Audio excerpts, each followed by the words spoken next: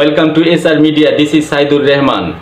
Now I'll tell something about the Declaration of Independent Bangladesh. The Declaration of Independent Bangladesh, which was given by Shohid President Ziaur Rahman. That is peace. I, Major Ziaur Rahman, on behalf of Bangabandhu Sheikh Mujibur Rahman, declare that the Independent People's Republic of Bangladesh. That is why he is the proclaimer of independence. He declared this independence from Shadin Bangla Betar Kendro Kalurghat Chattogram on 27 March in 1971. Some people make chaos. Some people make confusion. Who has given the Declaration of Independent Bangladesh? Here there is no doubt about it.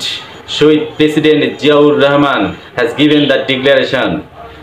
And if I ask new generation or Gen Z, they will clearly answer Shohid President Ziaur Rahman is the proclaimer of independent Bangladesh, because they know the reality of history, because they know the real history of 1971. Let's enjoy. That is peace. I, Major Ziaur Rahman, do hereby declare the independence